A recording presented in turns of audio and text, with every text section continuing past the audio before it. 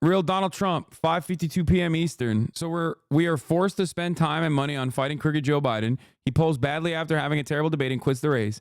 Now we have to start all over again. Shouldn't the Republican Party be reimbursed for fraud? And yo, he's so mad. Come on, man. Don't give the game away. You're basically all but confirming that this is a good move. That's wild. He's like, come on, dude. We want it. We want the money. We want our money back. Shouldn't the Republican Party be reimbursed for fraud in that everybody around Joe, including his doctors and fake news media, just knew he wasn't capable of running for or being president? Just asking. Just asking? That's wild. He's tweeting in a way where he's never tweeted before. He doesn't tweet like this normally. Okay? He is sad. Bro is panicking. He knows that he doesn't have money because he dumped all of his funds into the fucking Joe Biden ads. He don't even have a Twitch Prime. He used it on himself. What is this? You know it's a good thing when right-wing accounts are losing their shit? The people who called us a third of democracy for years just ran a coup against the sitting president. For anyone who still believes January 6th was a coup, take notes. You just witnessed a real one, July 21st. Like, they're so stupid. As you think about what has transpired today since 1:45 p.m., not physically seeing him even address a camera in Delaware, let alone an Oval Office statement like LBJ did when he dropped out in March of 1968, it is disconcerting, isn't it? But they didn't even release a White House still photograph. Nothing. So are we, I mean...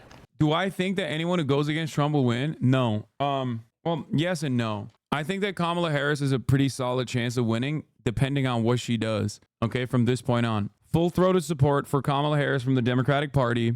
On top of Kamala Harris, like, changing up the narrative a little bit. Biden not getting in her way by doing things that she is at odds with that will harm her chances, will actually make or break this election. If Kamala Harris, like I said, changes the trajectory and Joe Biden now has seemingly unlimited opportunities as a consequence of not running for re-election, follows through on Kamala Harris's narrative direction, to what extent Biden will be a part of Kamala Harris's campaign? Isn't he out? It doesn't matter. It doesn't matter because everything that Joe Biden does as president is still reflected on Kamala Harris because Kamala Harris is still Joe Biden's vice president. Stephen Miller is melting down on Fox. People, they had ballots. They filled out circles. They went to the voting booths. They spent money on advertising. This is so funny because, like, this argument, like, who are you making this argument to? To, like, people who are Biden or bust? Is that who? I'm a Biden or buster. I'm an 85-year-old Democratic Party loyalist, okay? I voted for the Democratic Party in every primary, and I voted for the Democratic Party in every general election. I will never stop voting for the Democratic Party. I also happen to watch Fox News, and I take this Stephen Miller guy, who was Donald Trump's immigration czar, very seriously. And I think this bald man, I take him very seriously. He's right. He's right. I am mad. I voted for Biden in the primary. I voted. Wait, you literally said you won't. You literally said you won't vote for Biden. Oh my God, people do. I'm making a joke, man. I'm not an 85-year-old lifelong Democratic Party voter, dumbass. I'm saying in this scenario, you have to like, who's he talking to? Who's he talking to? He's talking to a hypothetical 85-year-old who's like always voted for the Democratic Party, who's now like, well, I cast my ballot in the primaries for Joe Biden, and I'm really disappointed. I'm really disappointed. My expectations were that Joe Biden would be the president. I care about that sort of thing and not voting for whoever the Democrat is. And as President Trump said, the Republican Party spent tens of millions of dollars running against Joe Biden. Oh, this part's really awesome. Oh, dude, I'm sorry. Are you out of money? Did you waste all your purse on Joe Biden? Oh, man, that's so... He's like, I want a rerun.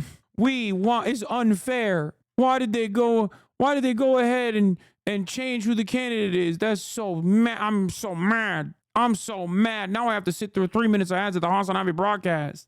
In the words of Pokemon, if you're a broke boy, just say so, Stephen Miller. This is the only timeline where Republicans are unironically riding for Biden. I mean, this was pretty obvious. They were already like behind the scenes trying to lock him in. Democrats just canceled democracy. They threw out an entire primary and used donor extortion to do so, like a third world state. Who is this for, brother? This only works for Bernie or busters. Like a person who actually deviates from the Democratic Party and like represents different interests. Even if you don't believe Bernie Sanders is genuine, which many people do, obviously, Joe Biden is basically he has his roots in the Democratic Party. He's a calcified institutionalist. His replacement being made in the hands of the Democratic Party implies that all of his voters will unironically go and excitedly vote for whoever the fuck the replacement is. This only works to drive a wedge between like people who really wanted Bernie Sanders or a type of person like Bernie Sanders who actually has like different policy prescriptions, like a different agenda. And even then it didn't work. But I'm just saying, like, the likelihood that someone votes not for whoever the Democratic Party's candidate is after they have voted for Joe Biden is even lower than the likelihood of Bernie voters that will not vote for whoever is the candidate. Major Biden donor John Morgan tells ABC News he won't fundraise for Harris if she's the nominee. Okay. Oh, no. I think they'll be all right. The only reason why the donor voices were significant in this process was because they were reflective of the broader population sentiment towards the Democratic presidential candidate, the likely. They've raised like $50 million in a matter of hours since Biden dropped out. I'm sure there'll be some naysayers. There's also some fucking dumbasses who are like, yeah, Joe Manchin would be great. We should put him in charge because you're the dumbest person on the planet. God, I hate Joe Manchin so much. Le Whimsical Coconut Lady has raised $5 million from AIPAC, by the way.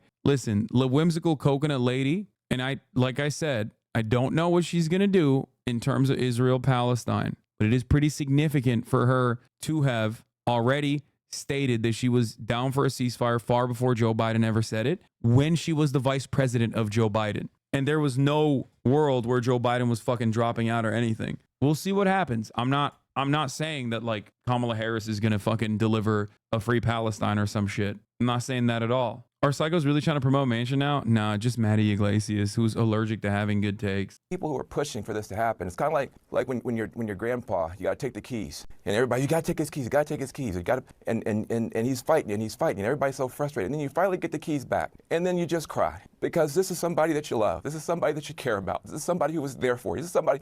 Dude, I don't give a fuck. Like, I have like an entirely selfish motivation here as well. Like, I despise him. I despise this fucking old freak. I'm not fucking shedding tears in this situation. And this time, it's not even technically just a car. We're talking about, you know, a nuclear submarine or 10. That's why I kept repeating during the Dianne Feinstein saga. If you trust this person to be a legislator, do you trust them behind the wheel? If you say yes, you have to let them drive. You have to let them drive, and you have to sit in shotgun while they drive you around. No seatbelt. You have to raw dog that shit. You wouldn't be here without him, and you have to take something from him. Now, this is not, look, politics is politics, but this is a human moment for one of the great humans in America. This is a huge moment for him, for his family, for all of us who love him, for all of us who want him to get across the finish line. But if you're a young person watching this is leadership. This is patriotism.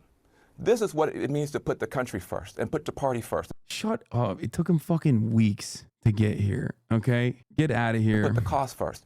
When your arm gets tired, you let somebody else finish pitching the game.